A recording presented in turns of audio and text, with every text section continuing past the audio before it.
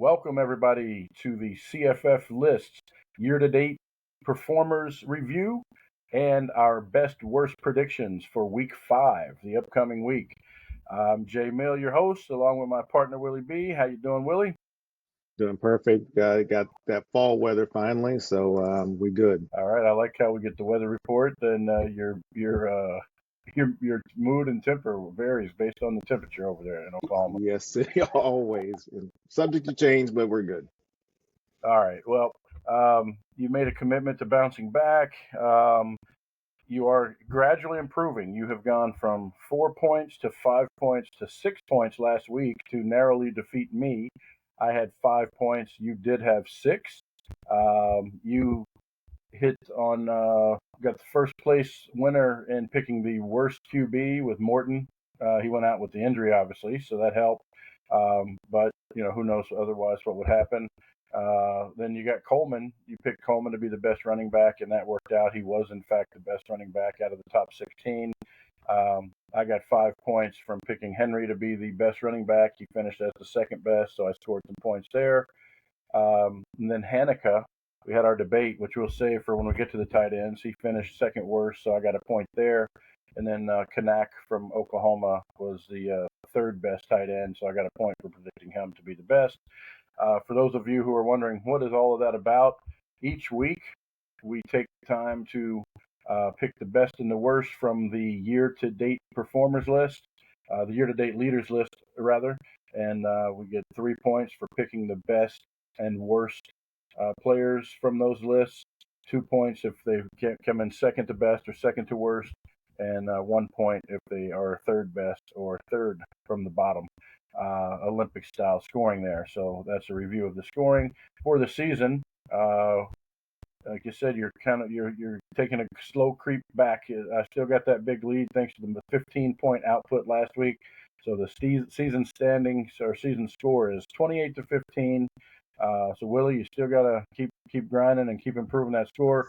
We settled on 8 as the magic number that we won't be satisfied weekly unless we each get 8 points. So we've both got some more work to do here.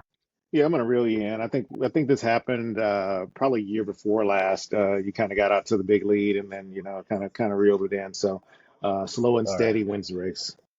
slow and steady wins the race. All right, I like it. But the goal here is to make the best picks that we can for you guys. Hopefully, in some of our conversation, you pick up some kind of idea of maybe who you should start over other players or who you should actually seek to pick up in some cases for these guys that had some big weeks and made their way into the year-to-date leaders list that maybe weren't there before. So we'll touch on all that as we go through.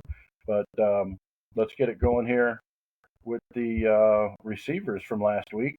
As you can see, this was where we just all of our predictions were totally wrong here on the receivers, Willie. So I'm glad we're doing this first, so we can get the our worst predictions out of the way. Um, we both picked receivers to do poorly that actually did pretty good. We weren't sure about Ian Strong and how his injury, how serious that was. He had sat out the week before. Turns out he's feeling okay. They were just resting him, resting a minor injury. And then I thought Kate Harris might not do so good from Air Force against Boise. I questioned that system could maintain a top-notch receiver. And, not only was he not the worst, he was second best with 27.4 points. Did you catch that? Yeah, I did see that. There's so much that jumped out. I mean, like I said, not to mention Ian, but yeah, that Cade Harris one that didn't surprise me as much as because of Boise's defense, but I was not expecting that from Iowa's defense. And like you've been saying, Rutgers has some wide receivers now. Yeah, we talked about that a lot in the waiver watch draft. John Lobb's now a believer, and we're all saying that you could take wide receiver 1 or 2 from Rutgers and probably be in decent shape right now. To continue the misery as far as our picks, I picked Jordan Dwyer to be the best, and it turns out that his counterpart there, McAllister, decided to finally turn it on and have a 51.4-point game, which Right. meant Dwyer was basically getting ignored and put up only 6.2. So they had a little role reversal back to what people predicted would be the situation in the preseason. Everybody thought McAllister would be wide receiver one. So, What you take know, could this? what took so long in your opinion? I mean, I know they played Abilene the week before, but Yeah, you know, yeah, took it 5 to 6.6, and then he busts out with 51.4. I mean, it's what we were expecting, yeah. I'm but just, what took so long? yeah. I think I'm trying to catch the targets and the matchups here. 5, 4, and then 15. Yeah, I mean, the interesting thing is, it was UNC, but they blew them out. So, it seems it was just that they didn't need to focus on going to him in those first two games because they did have such blowouts. And I would say that that probably is the case. I don't think it's a stretch to Hmm. think, okay, we don't have to overuse. Not even that they didn't want to target him. They probably just didn't open up the playbook to Right. expose what Okay. to do when they needed to use him. Would be my guess. And I didn't watch all of those games closely, but based on the scores, I would say that they just kind of shut down part of the playbook and didn't show all their cards. And now in a closer game against SMU, they pulled out all the cards, Right. all the stops, and maybe gave us a better indication of what they'll be doing, when they're in tight matchups. Yeah. What this shows me is that this is going to be a lot more wide open on our selections and what we have to choose. Yep, yep, yep. And yeah, and then now we've got a question if Dwyer will even continue to make stay on the list. He is on there. He's one of the four. There's three receivers. We'll move to this week's new top 16. What you'll see here are we have three guys that didn't make it on this week that were there last week, and that Dwyer's one. Our guy Hank Beatty from Illinois only had 3.3 points, didn't make it, and then Vandeross was at 14th and only had 2.5 points, so he didn't make it. So um, what you're starting to see, those guys aren't moving into the top 16 from as far out now because we've got a bigger data set for their points per game to come from. So you're not seeing as much variance week to week in what guys' point per game averages are. But you did have a pretty solid jump of Lemon from USC, moved up from 29 to 12. I think that happens to be the same week you'll see in the quarterbacks.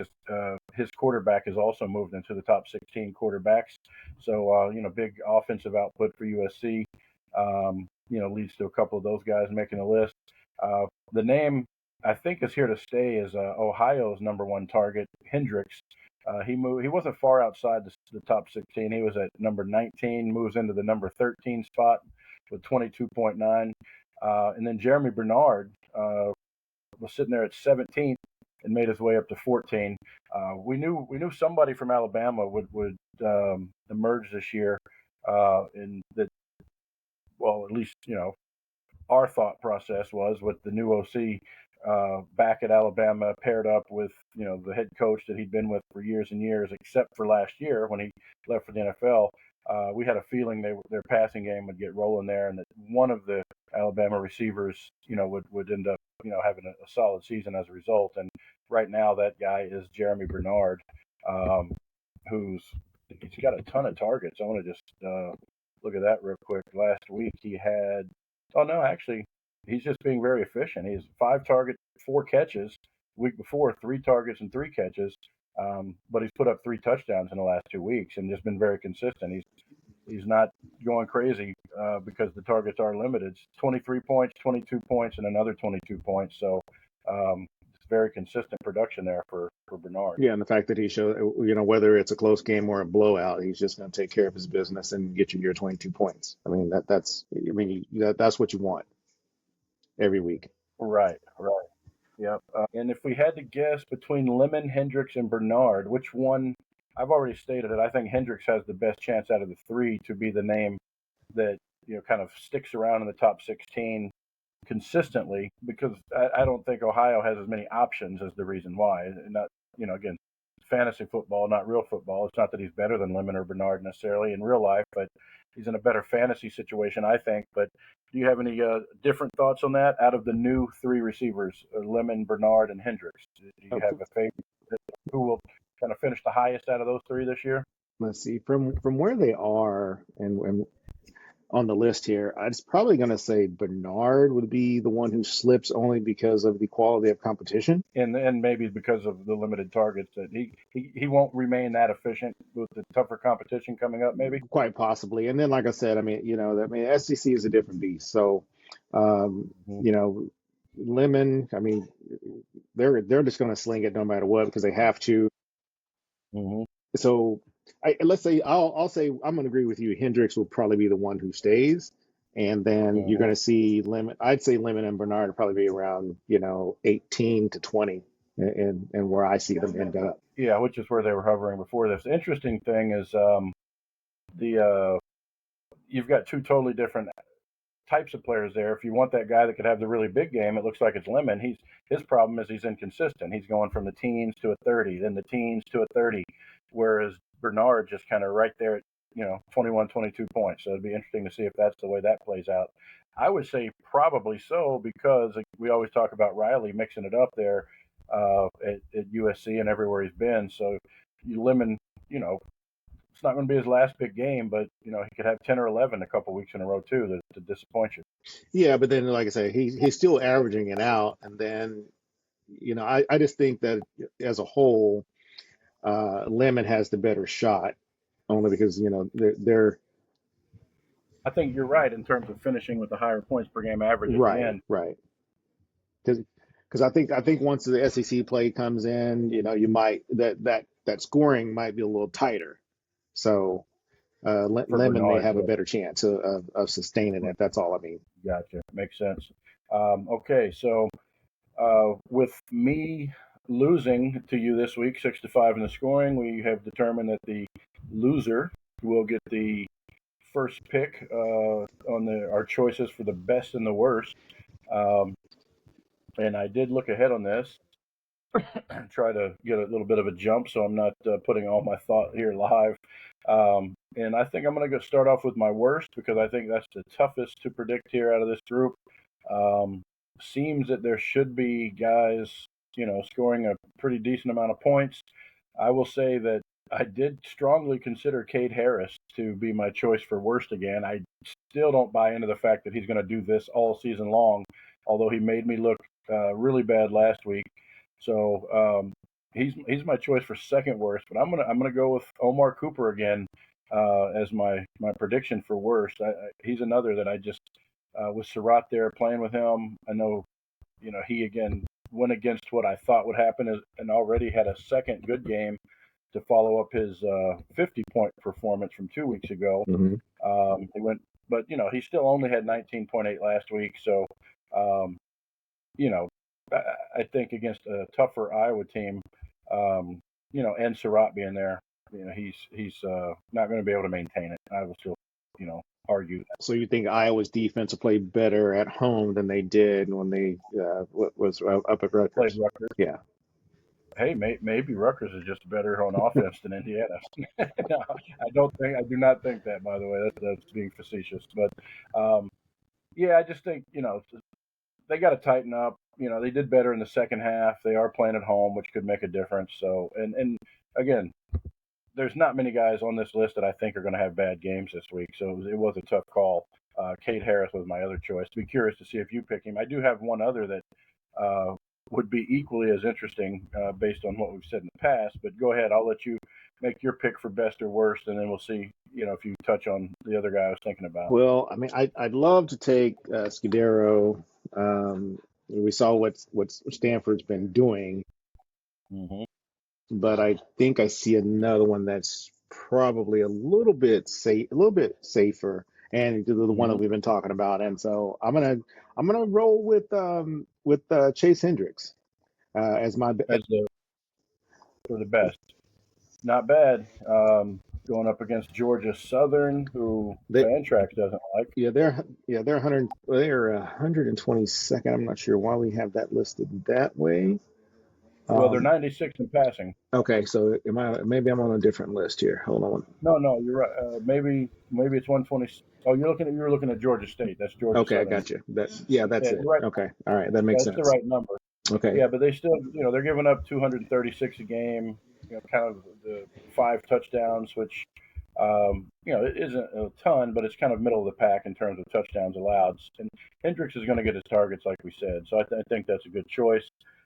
You had mentioned Scudero. They're playing against Stanford, who's a passing yards allowed. Um, so that is a solid I option. think they gave up those eight touchdowns early, like the majority of them early, so that number could be a little skewed. That's why I really didn't want to just take him right then. What was Stanford? Yes. Yeah, yeah, yeah. I tell you,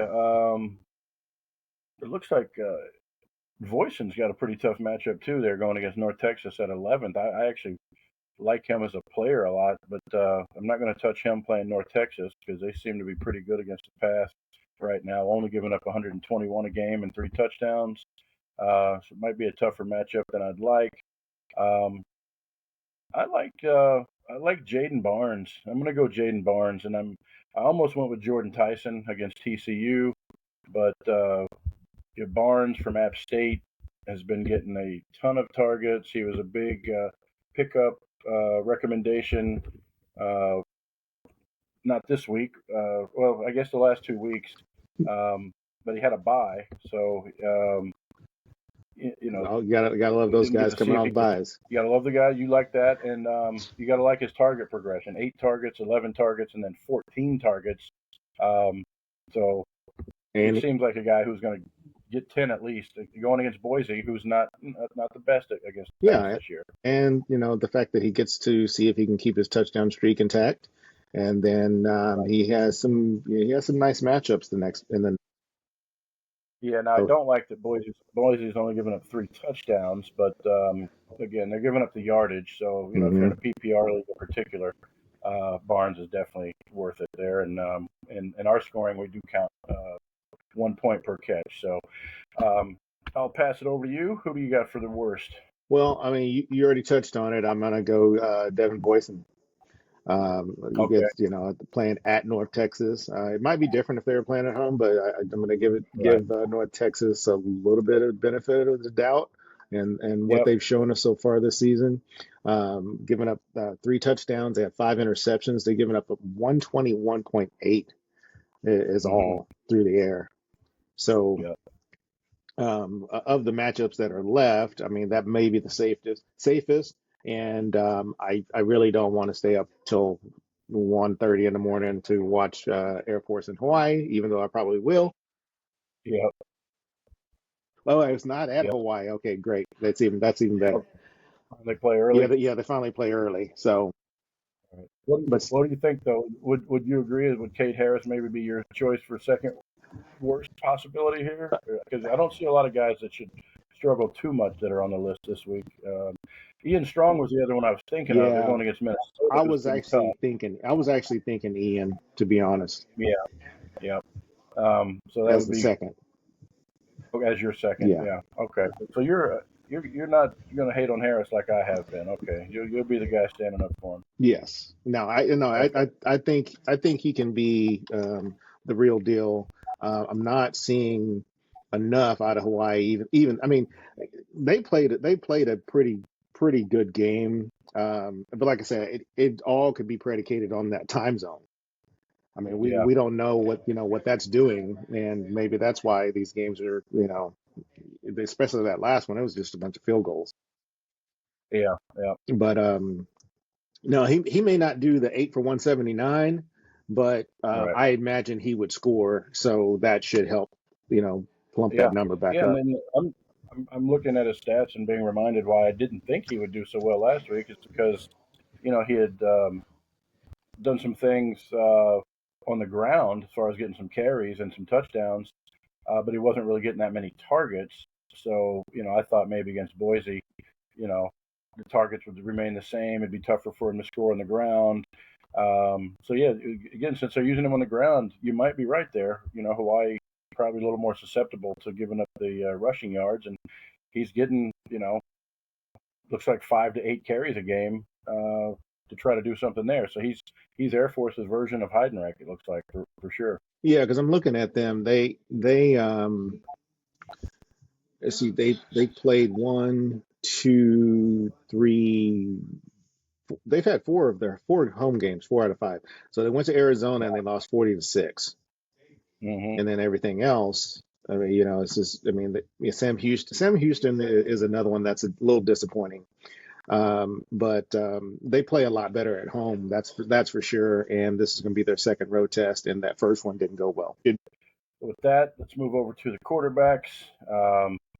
Looking here at, again, the leaders from last week and from week 4 and our predictions. This is where Willie successfully predicted that Morton would have the worst week. By no means, I don't think you were expecting him to get hurt I was and not. get it that way. But he finished with 5.9 before he went out of the game. The that ended up being the worst. The second worst performance by a QB was Retzlaff. He struggled against Mississippi.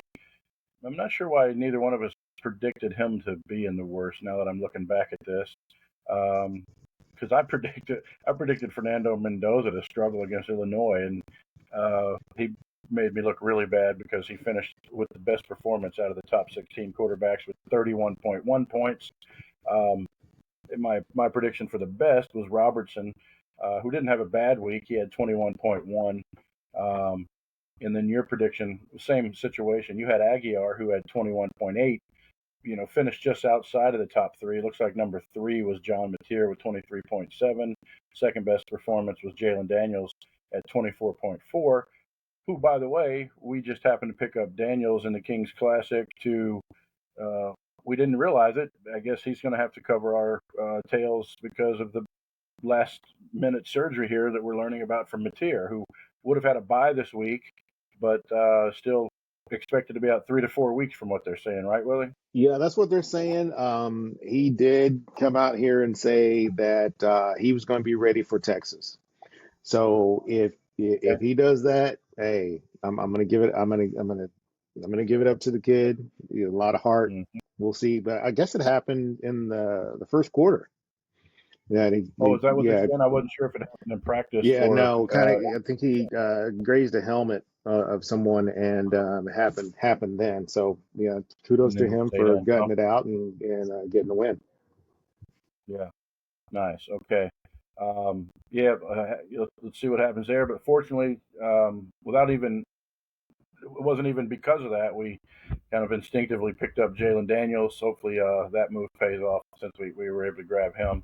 Um, but again, looking at quarterbacks from last week, um, your top performance here we mentioned was Mendoza. The second best, was Jalen Daniels. Third best, John Mateer. So let's move on to see how that shook up the list overall going into week 5. This is your year-to-date quarterback leaders for through 4 weeks. 5 guys out of the top 16 are no longer here. Retzlaff with 7.4. That was enough to drop. He was sitting at number 6. Didn't even make the top 16 now because of his 7.4 points turnout. Interesting though. Here's what I thought was interesting, Willie. Robertson and Aguiar both had decent games, like above 21 points, but because the overall group of quarterbacks was so strong, they weren't even able to stay on the top 16, putting up 21-point games. And same applied to Daniels, who we just talked about. Daniels had 24.4 points, wasn't enough to keep him above 26 as far as an average per game. So that's how strong the quarterbacks' performances were last week overall. Scoring in the 20s wasn't even enough to keep these guys in the top 16 as far as Robertson, Aguiar, and Daniels. None of them fell too far. Robertson's still 17, Aguiar is 20, and Daniels is 18. But I thought that was interesting. Yeah, no, I love to see these numbers. We're slowly getting close to where that top 16 could possibly be around 29 to 30 points, and that would be nice. Well, if all of them are, yeah. Usually you have, your top 3 or 4 might finish at 30 plus, but right now we're sitting with 7 quarterbacks averaging over 30, um, including a couple of new guys that are on the list for the first time. Damon Williams from Washington. He had the second best overall week for any quarterback, not just those on the top 16 list because he wasn't on the top 16, but his 43-point game shoots him from 37 to number 7. And then Bryson Barnes had a huge one with 48.5 points. So two guys that came from outside the top 16 that are sitting really high now up here, along with Mayava from USC, went from 23 to 11. And you had Arch Manning now. I don't know if he's quieting the haters yet because it was against Sam Houston, but he's now had 3 really solid weeks after his 15 points against Ohio State. Then he went 36, 26, and 37. But that was also against San Jose State, UTEP, and Sam Houston. What do you think is next for Manning now that we're about to hit SEC? I think it'll come back down. I need to see a little bit more. I Yeah, don't I don't think so. He went from 25 to 12. I don't see him just hopping up into the top 6 or anything like that. So yeah, there will be an open spot here in 2 weeks when Mateer comes completely off of our list because of games played. I right. don't foresee him taking that spot.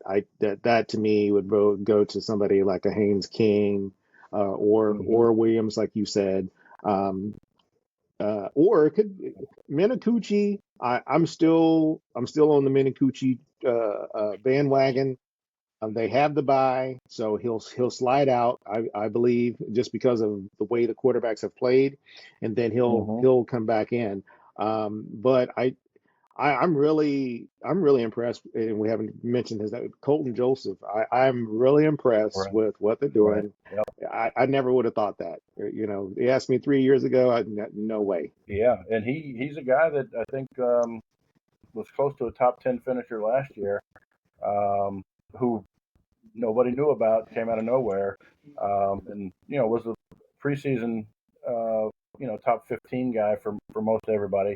But yeah, last year finished with trying to see how many touchdowns, 11 touchdowns in the air. But as we know, he's a great runner, and he had 11 more touchdowns on the ground. Right now, he's already at 4 touchdowns on the ground in 3 games.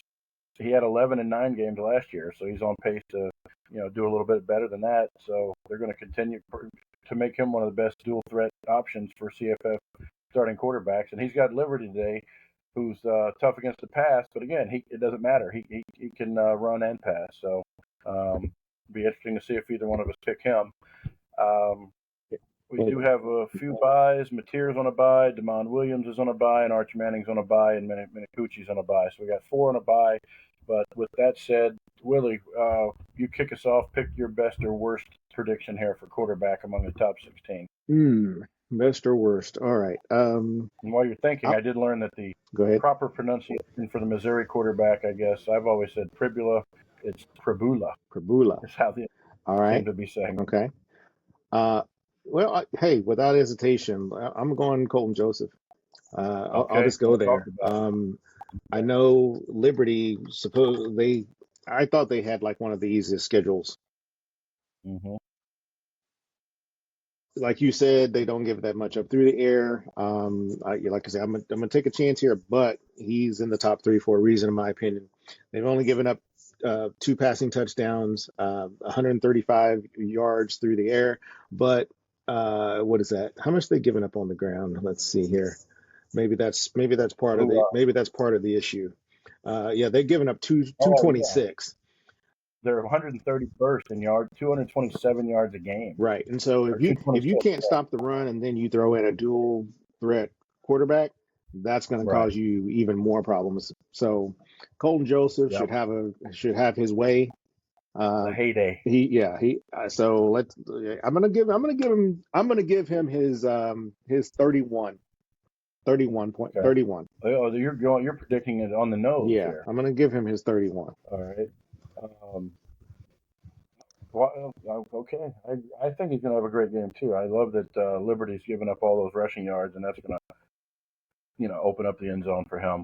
I'm just checking some things from the guy I mentioned, Bula. Um, they should you know clean up here against UMass. They've got quite a few fantasy relevant players with Hardy, Prabula, Coleman. But yeah, I'm not seeing. Thinking about UMass, we talked about them in our other show. They've given up 12 passing touchdowns already and give up 276. Just Yeah, in case you need any swaying. right. Well, I just think that you know Missouri's too balanced for him to have a huge game. He's actually looks like on his way out of the top 16. He's gone down every week from basically 38 points to 26 to 21 to 20. So you see here he dropped from 8 to 16. So he's lucky to even be on the list. I think they win handily, but they don't necessarily need him to do as much in that game. So I'm going to stay away from Bula, and I will go with. I think I like the matchup USC's got against Illinois after we saw what Mendoza did. So I'm going to go Mayava against Illinois as my best performer for this week. Mayava. Mendoza did too much against them for me to doubt that Mayava won't be able to do the same. Okay. Let's see. I know it's in Illinois. They're going to be trying to bounce back, but um, I don't see it happening. That means my worst. Oh, Looking at what Louisville has been doing, I'm going to go Eli Holston. okay. Louisville, they're giving up 103 yards passing, only giving up two passing touchdowns, have three picks. So Hmm. I'll change that flow there. Hopefully it doesn't bite me, and Yeah. hopefully get a little bit more offense out of that Bama Georgia game. Okay. The next guy I'm picking for worst is basically just because I think his team is going to be overmatched, and not because he's not talented. He is one of the better group of five quarterbacks who will certainly bounce back. But I think we see Bryson Barnes, get a reality check, before he starts his Mountain West pillaging. He's gonna have a tough one against Vanderbilt at Vanderbilt, and again, very talented, just That, very likely overmatched against a good SEC yeah, Vanderbilt. how times have changed when Vanderbilt is actually putting people in their place. Exactly. I mean, a couple of years ago, they're still in the SEC. Maybe we would think the same, but yeah, it looks like Vanderbilt's got some good coaching going on over there, and Hmm. they're playing good all around football. Gotcha. So before we move on, what what do you think about Taylor Green being the number one? I know it's Notre Dame, so is it Notre Dame by name? Because that 132 is sticking out rather large. Yeah, but I think I'm still scared of the names. I don't know. I don't. I just don't know that Taylor Green's going to put up monster numbers against Notre Dame, even though they're giving up 289 a game. Um, that's very interesting. That's all they're giving up in rushing. Notre Dame's 41st, so they've only given up four touchdowns on the ground, 110 yards versus seven touchdowns in the air and 289. So you would think, he could put up the passing numbers. I just don't know if they're going to get in the end zone as much as they would need for him to be a top producing quarterback this week. Um, if I had him with a guy like Colton Joseph and I'm choosing, I'd pick a guy like Joseph against Liberty over Green Mhm. versus Notre Dame. I don't think that's off base for you to have picked Joseph, and even my pick, my Alva, I would put in over him. Um, but versus a guy like Haynes King versus Wake Forest, maybe I take my chances with Taylor Green because he's still he's probably going to have around 25, 26 points. We're just picking guys we think are maybe going to get 30. Yeah, and I guess I say that to say play your studs and Right. you know worry about the results later, but play your studs. Yeah. But in this case, he's averaging 35 a game. That's where it is tough if you've got him and some of these other guys in the top 16 because if anybody's averaging like 28 and up, they're probably in stud category. So Hmm. you know, Hmm. tough call is when you're picking between one stud and another. Right. You know, Which hopefully you have I that mentioned, luxury, and that's why yeah, we're doing this. right. That some people are in really small leagues where they do have a couple here from the top 16, but there it is. Yeah. So with that, let's look at the running backs where we shined. Um, last week. Hold on, it's a little bit of a lag here in one on category. on the chart. Yeah. Yeah, we did all right in running backs. We went out and didn't go against the grain. We thought that the number 1 and 2 running backs for the year were going to remain the number 1 and 2 running backs for the year. You picked Coleman, he had 40. I picked Robert Henry, he had 36. I actually got to watch him for a change quite a bit against Colorado State since they had the late game.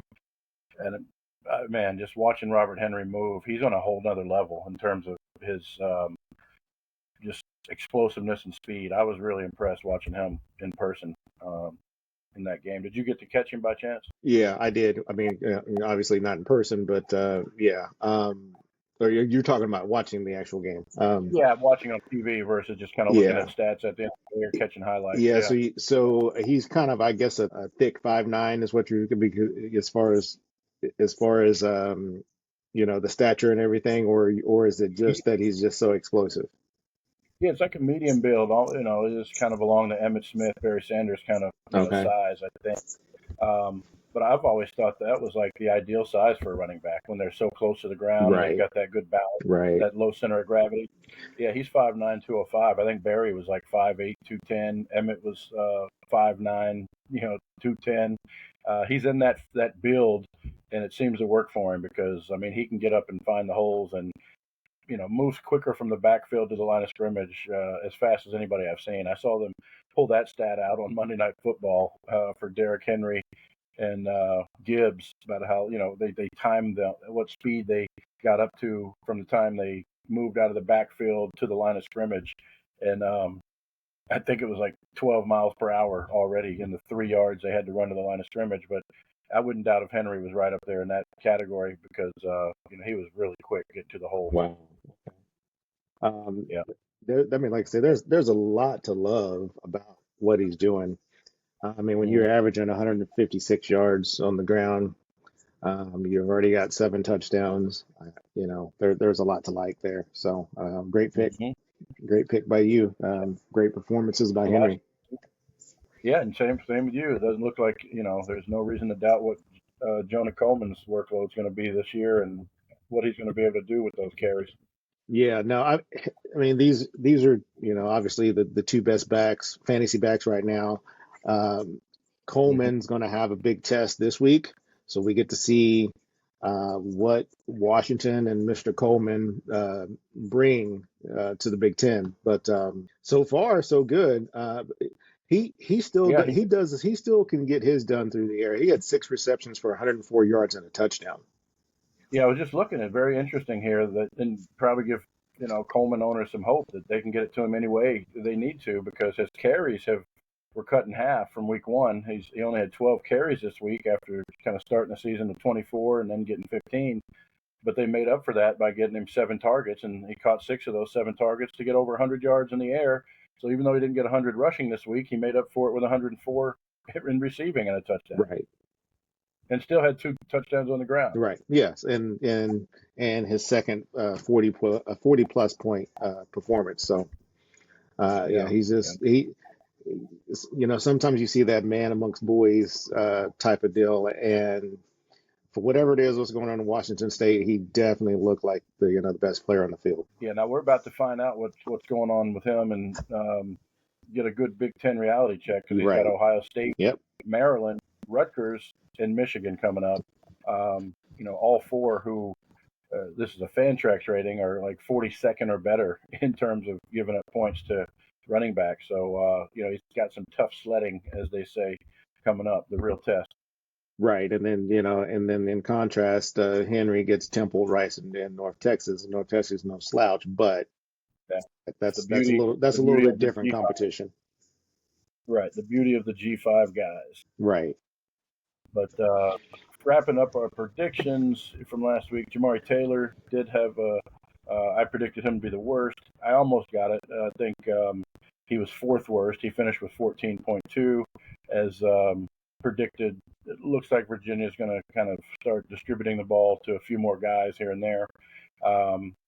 Same thing for you. You picked Emmett Johnson. He had under 15, so not horrible picks there. They weren't the best guys to play if you had other options. Um, Isaac Brown was the big mystery that we're still trying to solve. He had 1 carry in the Bowling Green game, the reports I've heard indicate, you know, he had an injury going into the game, but it seemed to not have been disclosed. Now they're saying he got hurt in that game. So he either was had something very minor going in. They gave him the carry. He might have tweaked it or just didn't look good. Pulled him out. Said let's rest him against Bowling Green. Um, but I've heard others say they wouldn't be surprised if he's back to kind of his normal production this week. Um, but I know we're going to sit him in the Kings Classic because there's too little information right now about that injury. So Yeah, we could I change, have him logged change for our mind. I have him logged for 2 snaps. So Right. So yeah, he definitely was being held out um, for healing purposes it seems, but we just don't know if he was hurt going in. They tested it out and didn't like what they saw, or if he did actually get hurt early in that game.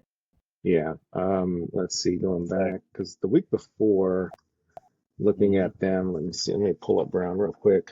Um, they didn't have they had a bye the week before, or was it no?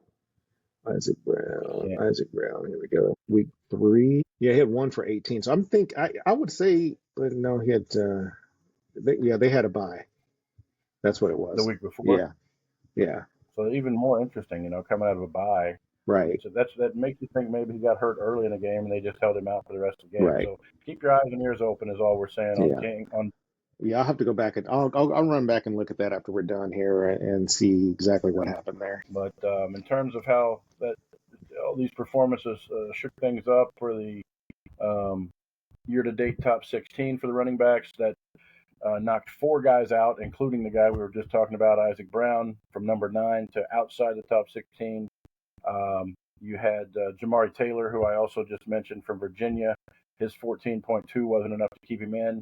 Same thing for Washington from Baylor. Didn't have a horrible game at 15.8, but just wasn't enough to maintain his status on the list. Along with Owens, who only had 7.4 points, um, which made room now for Dylan Riley, who he had the best performance of the season so far with 57.5. Willie, Was is that the season high? let's see. I know we had. I didn't put a note on it unless they changed his number. Mm-hmm. Because I know the week before. Let me see perfect lineup here. Yeah, the new high score of the season. Yep, 57.5. 57.5, and we mentioned in the waiver watch, um, he was rostered under 30% going into this week. He's now above 45, it looks like, but he wasn't even one of the two running backs that was supposed to be the guy at Boise, and based on the way his carries have shifted now, it looks like maybe he is going to be the guy. The jury's still out. They still got a couple teammates there that might steal carries from him, but he went from 7 carries and 6 carries in the first 2 weeks to 19, and he made the most of it with 170 yards and 4 touchdowns, along with 84 yards receiving. One was a 75-yard touchdown there too. So So showed some explosiveness. so this is what we Yep. talk about, and Jared says the same thing.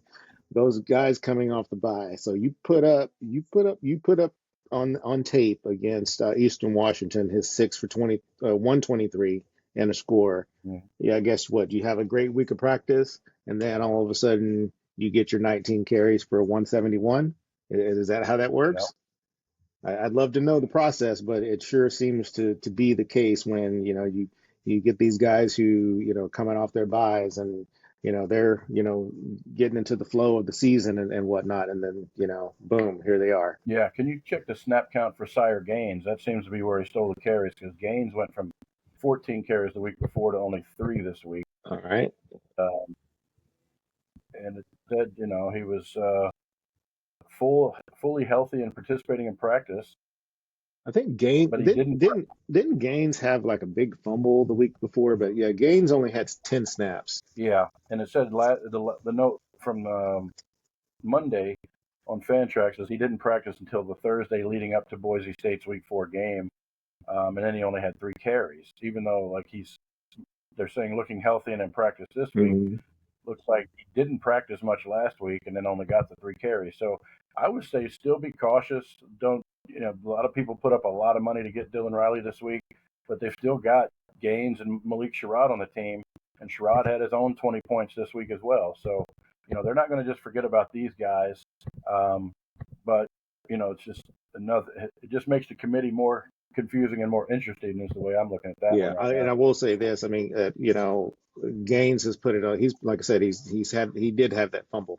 He's put it on the ground twice, and Dylan has not. So, Right. that like I said, that if you once you're putting it on tape and they get to see that, it is Yep. what it is. But the interesting thing there is they chose to leave Sherrod's workload the same and transferred Gaines's workload to Riley. Hmm. So you would have expected maybe Sherrod to just get more carries, but that's not what happened. They just replaced Gaines with Riley and had him share the carries with Sherrod.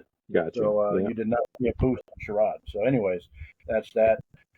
It's your turn to pick first here, Willie, on the best and worst running back predictions. Well, okay. And I So might have, yeah. with your thinking, I'll do this. With your thinking earlier, and Mm-hmm, um, and you didn't want to go with Pagula mm-hmm. since they're going to run. I'll go with my man Ahmad Hardy. There you go. There you go. That's the pick to make for sure. Yeah, I mean, Yep. I led you into that one, right? yeah, That's good. you set that one up. So let's see. That's good rationale. Yeah, they give up 157, and they've only actually. Let me see, make sure that's right. No, that's wrong. They give up 157. They've actually only given up two. Who's that? Massachusetts Yes, touchdown? yeah, that seems Yeah. off to me, but I Ahmad, go ahead and get you another two. Well, yeah, he's gonna get his. There's no doubt. Hardy's Yeah, he's yeah, we have humongous lag today for some reason. But on Fantrack. yeah, he's averaging 24.3. But no, I can't get any of the stats to pull up at all. Okay. Well, we know it's he's There we number go. six for a There reason. it is. Yeah, he's coming off the game against South Carolina. So he's had 20 plus carries in the last three games in Mm-hmm. each game. So 25, 22, and 22. He has six touchdowns on the season. Like I said, UMass is not the team that's going to slow this man down. No, no, no. Yeah, I agree. Your only fear here is it's almost like they're playing an FCS team, even though it's an FBS matchup. Your only fear here is, which which does he which get? Yeah, which to me, he's done that twice already this year. So against Central and Arkansas, he had 10 for 100 on the score, and then against Lafayette, he had 22 carries for 250 and three. yeah. So, what will Ahmad Hardy get you in the first half is, and you think that'll be enough? Which I'm not disagreeing. I think he could get three touchdowns and 150 yards in the Hmm. first half. We'll see. All right, I'm going to go with my worst because you've already picked your favorite. So I'll take what I think is the best matchup to pick my worst, and I'm going to go Kawan Lacey from Ole Miss against um, a strong LSU run defense. It's only given up one touchdown all season Mm. and 67 yards a game. Um, I'm assuming that's against inferior competition, but um, out of the matchups I see here, there are a lot of good ones that running backs have. Uh, Lacey's going to struggle a little bit more than some of these other guys, so I'll go with Lacey against LSU. Oh, yeah, you finished up that synopsis really early, quickly because yeah, I was trying to figure out, okay, who does that leave? Because there's just so much. Well, go ahead and go doubt Coleman. Let's put Coleman on there against Ohio State just for fun. No, yeah, I can't do him. I can't do him like that. Yeah, Yeah, the number one back, and he gets a little bit more respect from me yeah, I agree with than you. that. Yeah, but Ohio State has given up zero rushing touchdowns. Did not know that. They are among four teams that have not given up a rushing touchdown. That includes Minnesota, Florida State, Penn State, and Ohio State. I'll give you a little surprise here. Okay. I'm going to say that it's going to be Dylan Riley. Oh yeah, I almost did that. I almost did that because of some of the things I was saying earlier. That Right. it seems it's the output from last week, highest of the year. It seemed to have come from nowhere. Still a couple other running backs there in that backfield that I think will continue to get carries. Um, yeah, I'm not mad at you. He's going against Appalachian State, who seems to always have a decent defense. They give up Um, 60 yards is all. yeah, 60 yards and 3 touchdowns. And that's kind of G5 on G5. That's Hmm. that's And not that's one per and not team. like I said, not a knock on Riley. I just don't think it's going to Right, be 57. And right. even Be if it 15. even if it yeah like yeah it's just not going to be enough with all of these really good backs and have these better matchups. Yep, yeah. So I'm for my favorite here. I'm going to go with Dylan Smothers. I wanted to mention him on the previous slide in terms of the consistency that he's had this season. The matchup against Virginia Tech, doesn't scare me because he's going to get his. And Dalen, don't worry about it. He gets names wrong sometimes. What did I call him? Dylan. Yeah, Dylan. Yeah, yeah. it might be Dylan, but it's That's probably Dalen. Yeah, I missed the A there, but I just love the consistency. I love the carries, not fluctuating much. hmm He's had between 17 and 24 carries a game, and in three of those, he's had over 120 yards rushing. So he doesn't have to score 3 touchdowns to get his points. He's going to get you 100 yards, and then hopefully also find the end zone along with that. His receptions. He's had 4 catches, 4+ catches in 3 of his 4 games. So that's impressive alone, right there. He's getting the ball all kinds of ways. I will say that he probably will get that because they have Campbell next week, so he knows I'm not going to play that much next week. I better get it in now. You're right. They get them. That's an interesting little break they scheduled there. Yeah, they play at Notre Dame the week after, so yeah, Okay. that Yeah, might help. smart. Yeah, smart scheduling. So happy with that one. Um, all right, let's move on to these tight ends and see what we Finish this have up. here. We have one of our more fun discussions last week. Talked about Hanukkah. Um, what were you thinking as this We week progressed and Hanukkah's output ended up being what it was with 1.2 points and the second worst finisher among the 7 tight ends that we're playing here I I don't know what to think about the tight end position.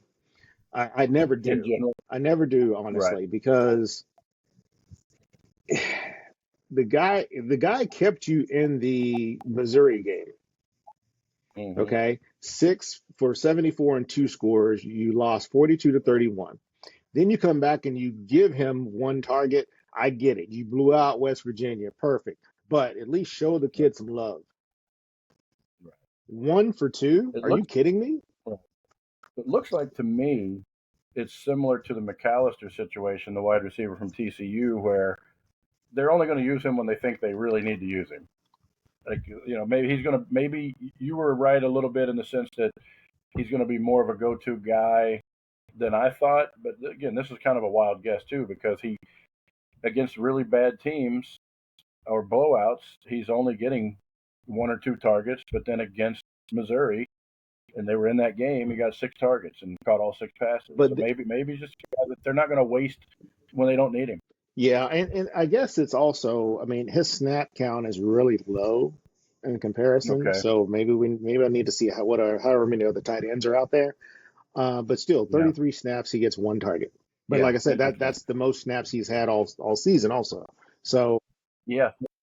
I'm Yeah. not sure what they're doing.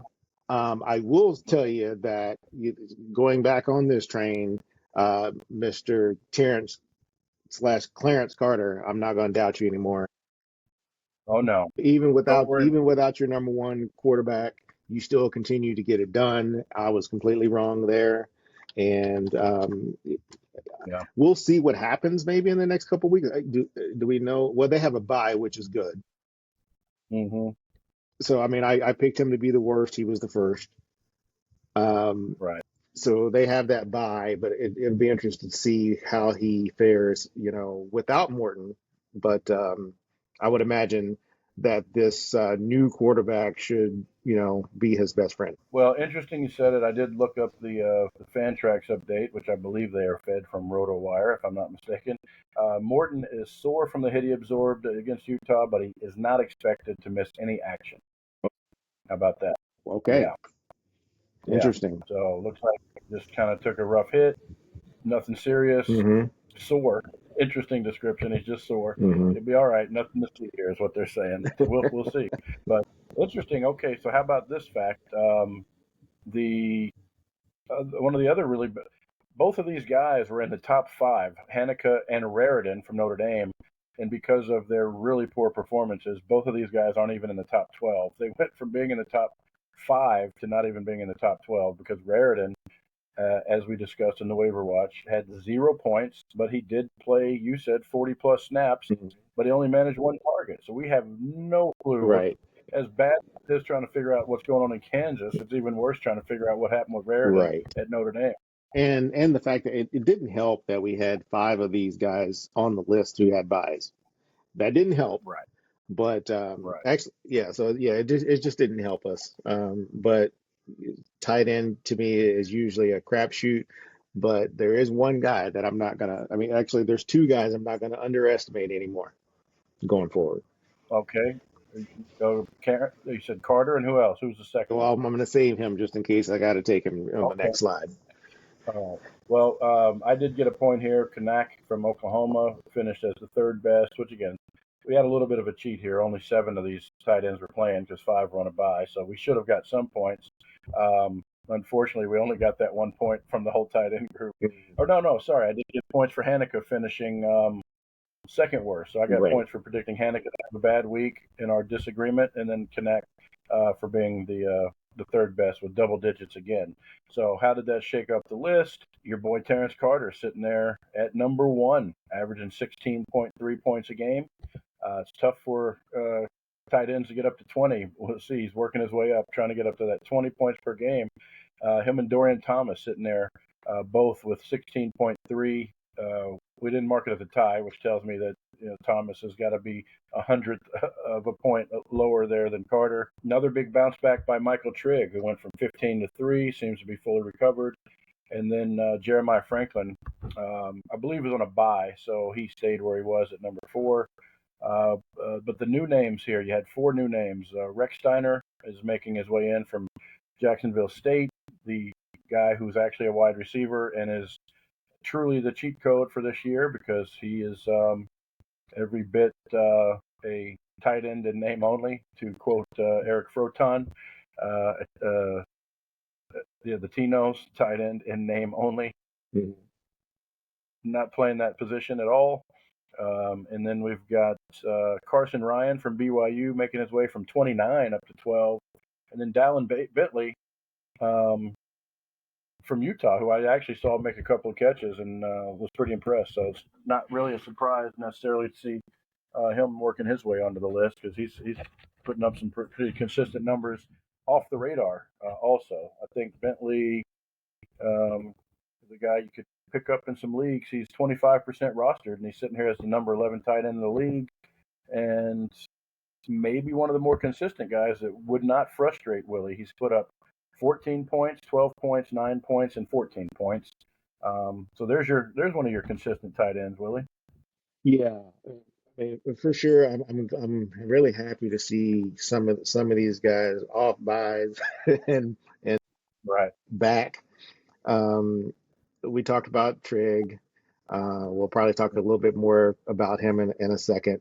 But I'm Mm-hmm. really happy to see Bentley here. I figured that's where he would be.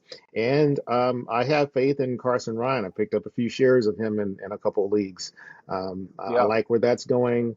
Um, I think that he's going to be a consistent factor for BYU and their young quarterback. Yeah. I think he'll get definitely 3 to 5 catches a game, at least 3 to 4 catches a game. Is what it's going to look like. Tapes up. And my guy Koziol, um, this Yeah. might be the week where he shoots back into to his natural position in the top spot, Well, but okay.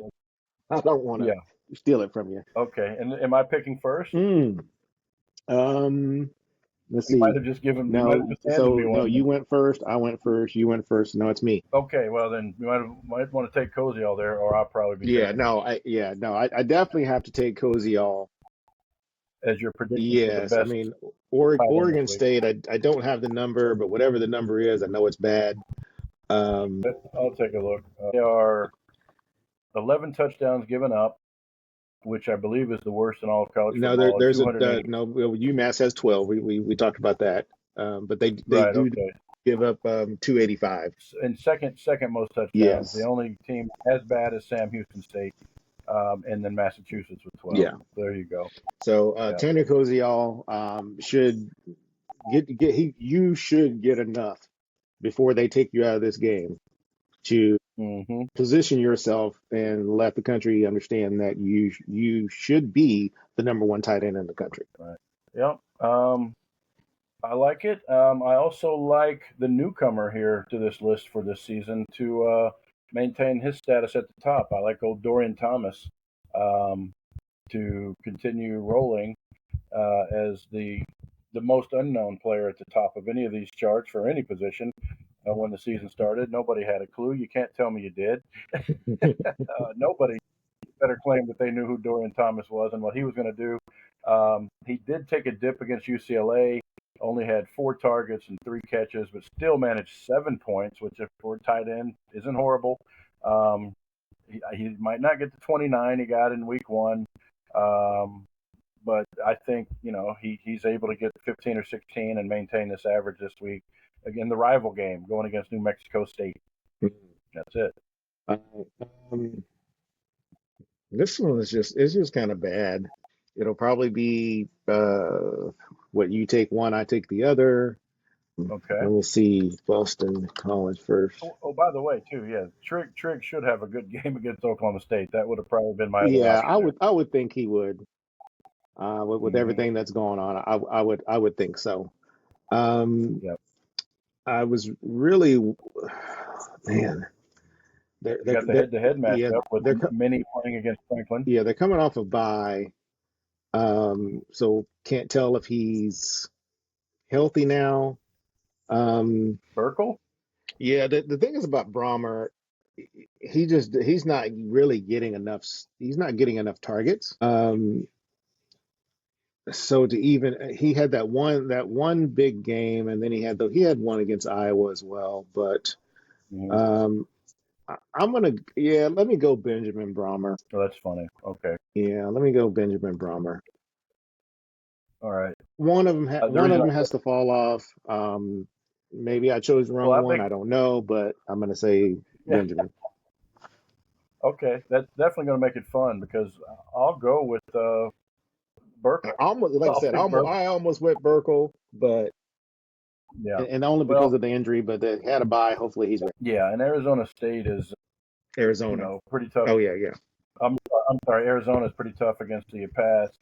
Um, they're seventh against tight ends according to Fantrax, so even better against tight ends than they are against the pass in terms of yardage.